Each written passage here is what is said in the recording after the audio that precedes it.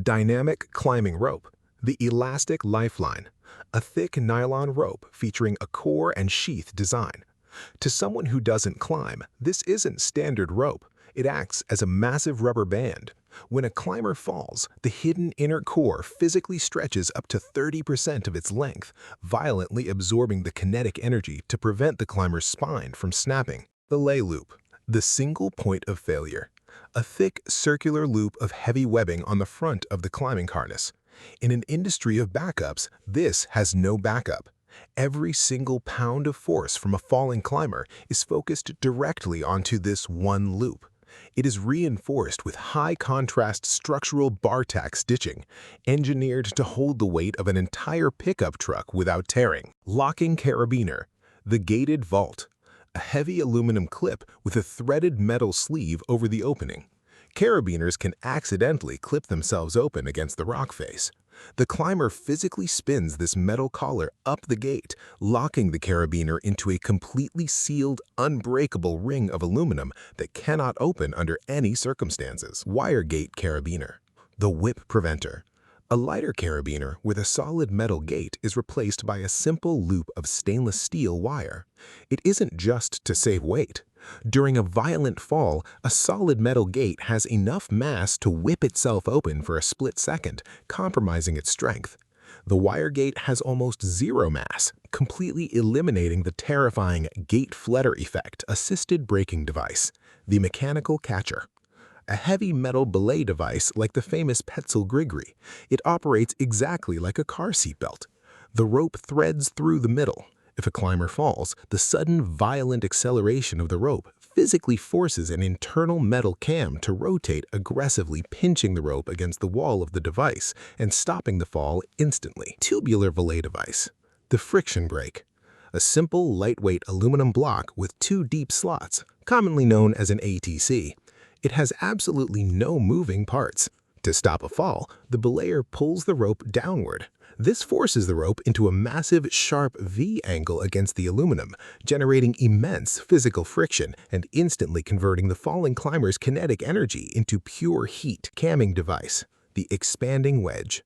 A complex mechanical trigger attached to four curved aluminum lobes.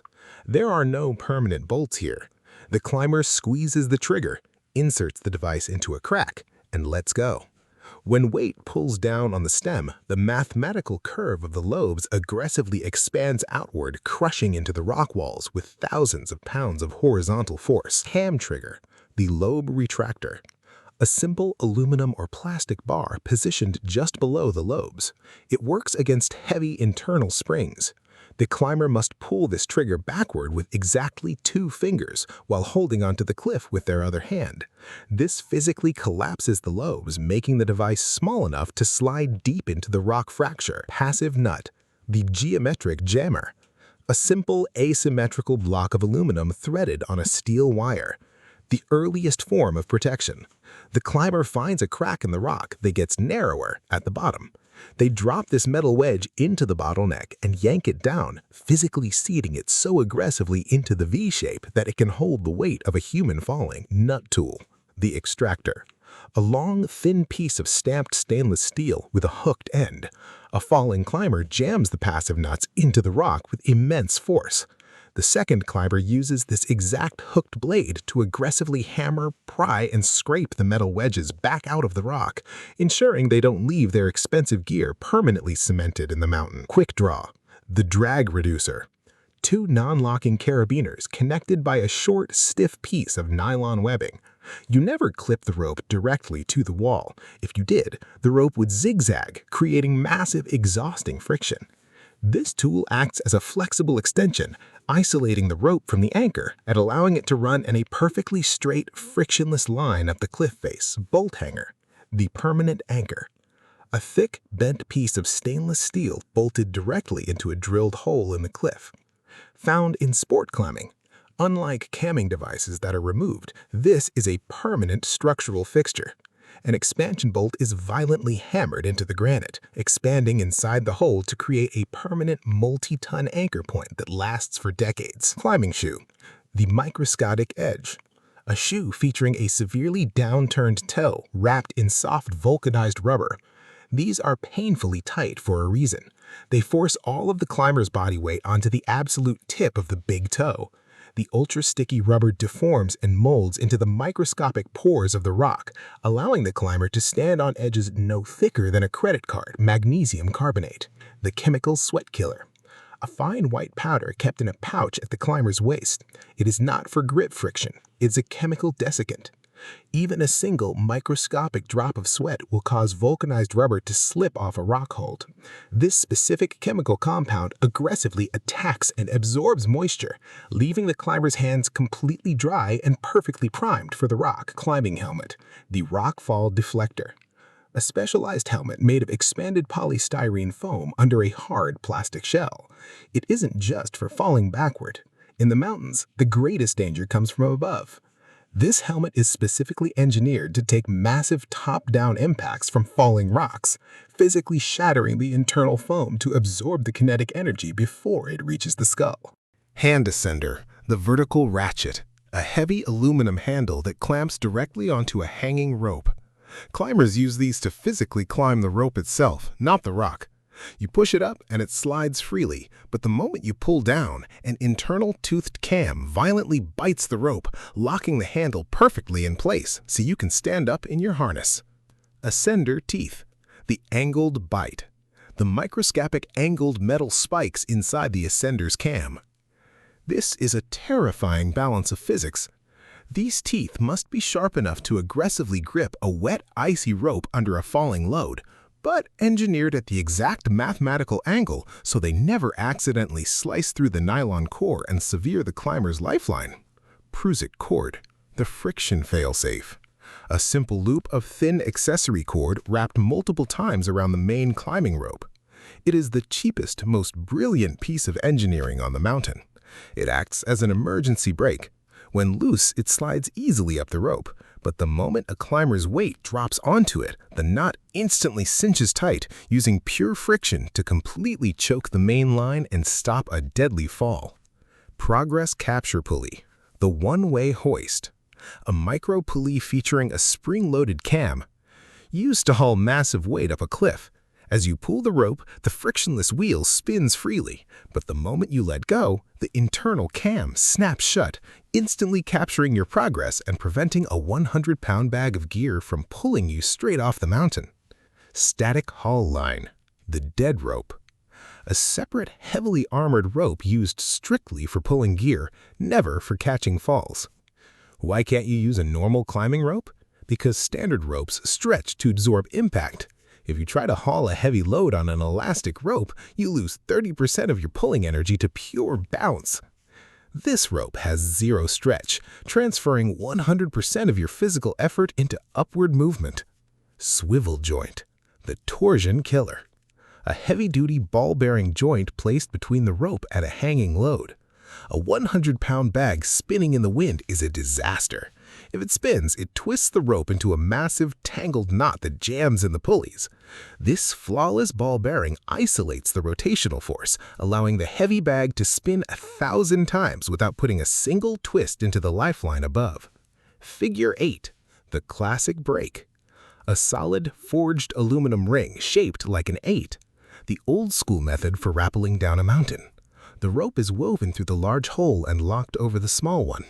As the climber slides down, the massive surface area of the thick aluminum dissipates the terrifying friction heat, preventing the nylon rope from literally melting under their weight.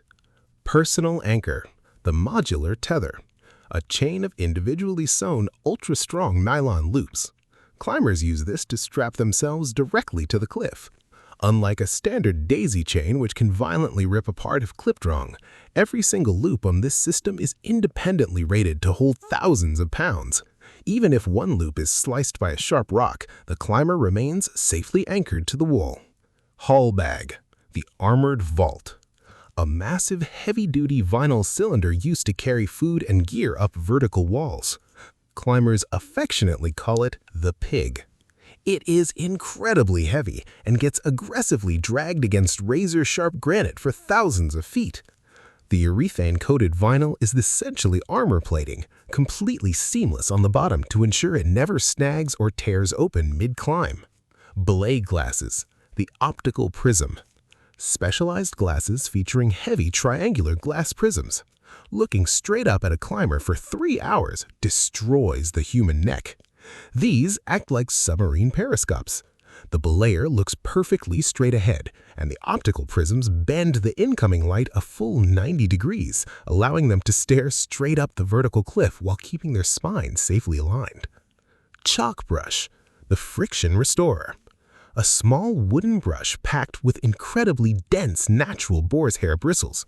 Nylon brushes melt under high friction.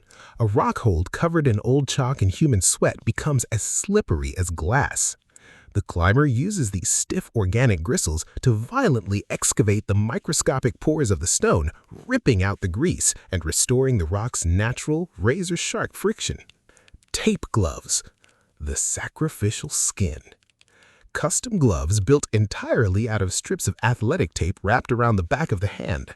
In crack climbing, you don't grab the rock, you shove your hand deep inside the fissure and flex your muscles until it jams. To survive thousands of pounds of crushing rock pressure, this thick tape acts as sacrificial armor, grinding against the granite so the climber's skin doesn't tear completely off. Key lock nose. The snag killer. The perfectly smooth interlocking interface where the carabiner gate meets the main body. Older carabiners have a sharp hooked notch that catches on everything. In a desperate, exhausting moment, a climber needs the rope to unclip instantly. This key lock design uses a smooth puzzle piece fit, completely eliminating the hook and ensuring the rope slides out like hot butter. Technical ice tool, the ergonomic axe. A radically curved carbon fiber or aluminum weapon used to scale frozen waterfalls. Why is it bent? If it were straight, the climber would smash their knuckles into the ice on every swing. The aggressive mathematical curve clears the ice completely, delivering maximum striking force perfectly into the tip of the pick. Ice pick, the displacing tooth. The razor-sharp, serrated steel blade bolted to the head of the ice tool. It doesn't chop the ice, it displaces it. The microscopic taper is engineered to enter the frozen wall with almost zero resistance. Once embedded, the reverse-angled teeth act like a harpoon, aggressively hooking the internal ice crystals so the tool cannot be pulled out under body weight. Pommel rest, the gravity shelf. A molded plastic or rubber ledge at the absolute bottom of the ice tool's handle. In vertical ice climbing, you do not use wrist straps. The climber's entire body weight rests exclusively on this tiny shelf via their pinky finger. It allows them to violently flick the heavy axe from the wrist without having to employ a crushing, exhausting grip. Crampons, the vertical claws. A rigid steel framework of 12 or 14 massive spikes strapped directly to the mountaineering boot. You cannot stand on vertical ice. The climber physically kicks these heavy steel spikes directly into the frozen waterfall. They act as a prosthetic set of claws, transforming a flat rubber sole into an immovable, load-bearing anchor. Front points, the primary anchors. The two aggressive spikes protruding horizontally from the very front of the crampon. On vertical ice, the bottom spikes are useless. The climber violently kicks straight into the wall, driving only these two front teeth deep into the ice. Their entire life and body weight balance on just half an inch of embedded steel. Anti-balling plates, the snow ejector. Flexible rubber or plastic sheets riveted to the bottom of the crampon. Wet snow naturally sticks to cold steel. Without these, snow would pack instantly into a massive, dangerous ice ball under the foot, rendering the spikes useless. With every single step, this flexible rubber physically pops downward, aggressively ejecting the snow before it can freeze. Ice screw, the hollow thread. A razor-sharp, threaded tube of titanium or steel. You can't hammer protection into solid ice, it will shatter. The climber physically twists this screw deep into the frozen wall. It is completely hollow in the center, allowing the displaced, crushed ice to easily exit out the back of the tube as the exterior threads bite massively into the solid wall. Ice screw crank, the speed lever.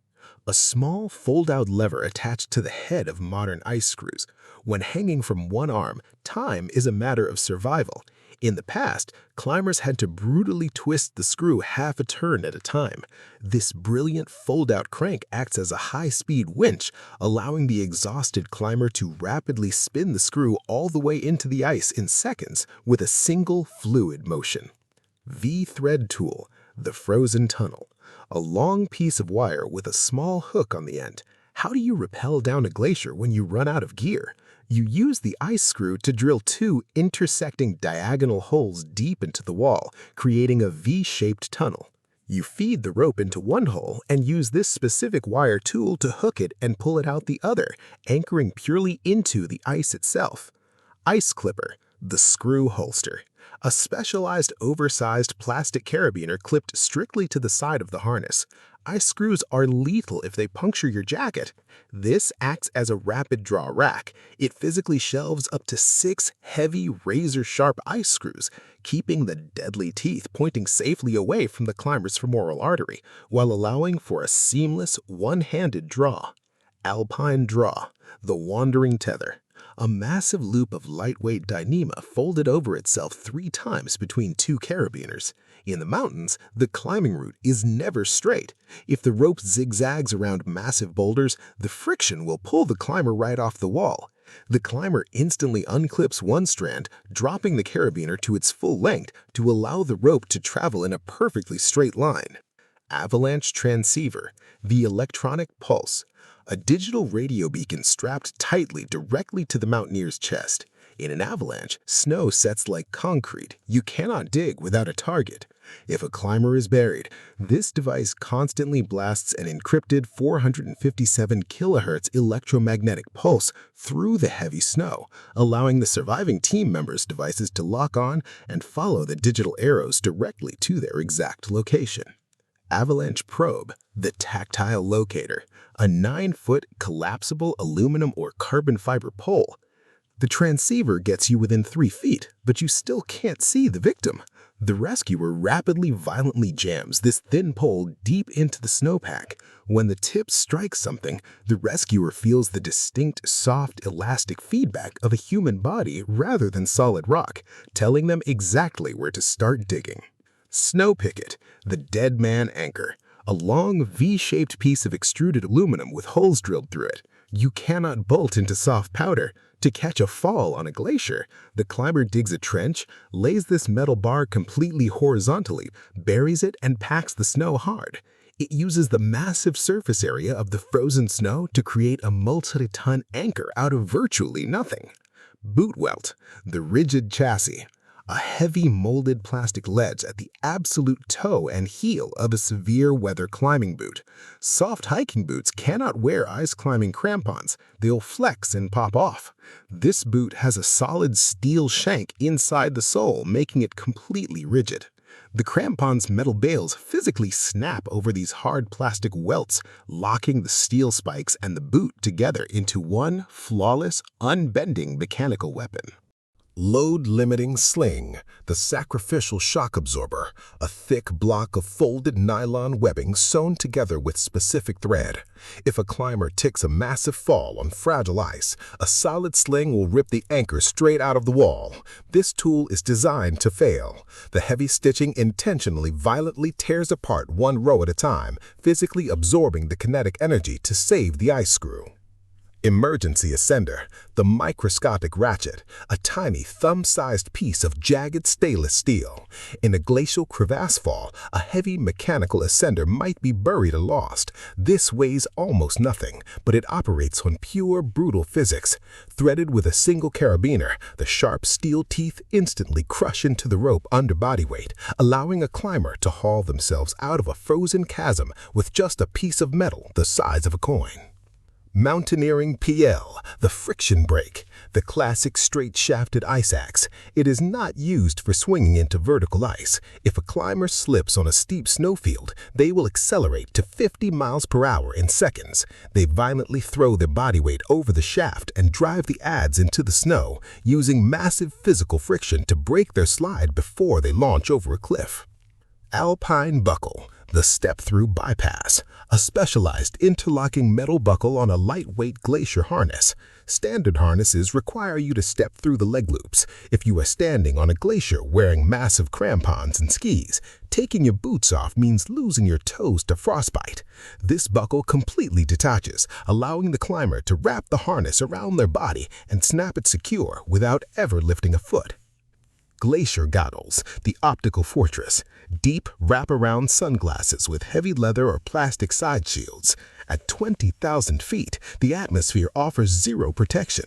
The sun's ultraviolet radiation reflects off the snow with blinding intensity, literally burning the human cornea in hours. These heavy side shields physically block 100% of ambient light from entering the peripheral vision, completely preventing snow blindness. Oxygen regulator, the metered breath, a heavy machined aluminum valve screwed onto the top of an oxygen cylinder. In the death zone, oxygen is heavier than gold. You cannot just open the tank, it would empty in minutes. This forensic regulator perfectly meters the compressed gas down to an exact flow rate of 1 to 4 liters per minute, mathematically rationing the climber's survival over a 12-hour summit push.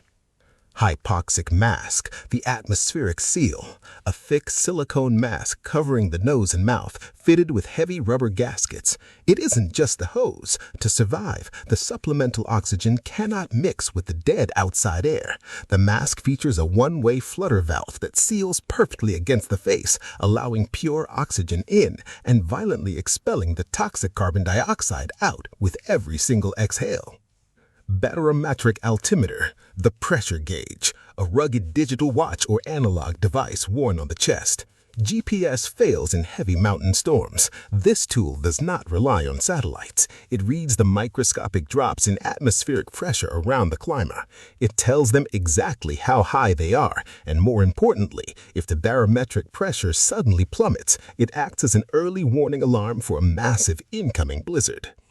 Down suit baffles, the thermal trap, the massive puffy chambers of an 800-fill expedition down suit. Feathers alone don't keep you warm. The genius is the construction. These zone baffles physically trap thousands of microscopic pockets of dead air against the climber's skin. The body heats this air, and the baffles prevent the minus 40-degree winds from stripping that invisible thermal armor away. Bivouac sack, the microclimate. An ultra-waterproof, ultra-thin reflective sleeping bag cover. When a climber is trapped overnight by a storm, tents blow away. This emergency sack weighs ounces, but is lined with mylar. It aggressively reflects 90% of the climber's radiant body heat back onto their skin, creating a desperate, suffocating, but life-saving microclimate in the middle of a frozen hurricane. Gamoth bag, the massive human-sized inflatable cylinder made of heavy nylon. At extreme altitudes, the brain can fatally swell from lack of pressure. You cannot always carry a dying climber down a mountain.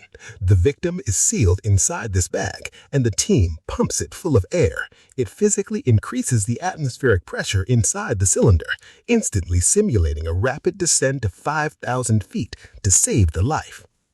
Satellite messenger, the orbital tether.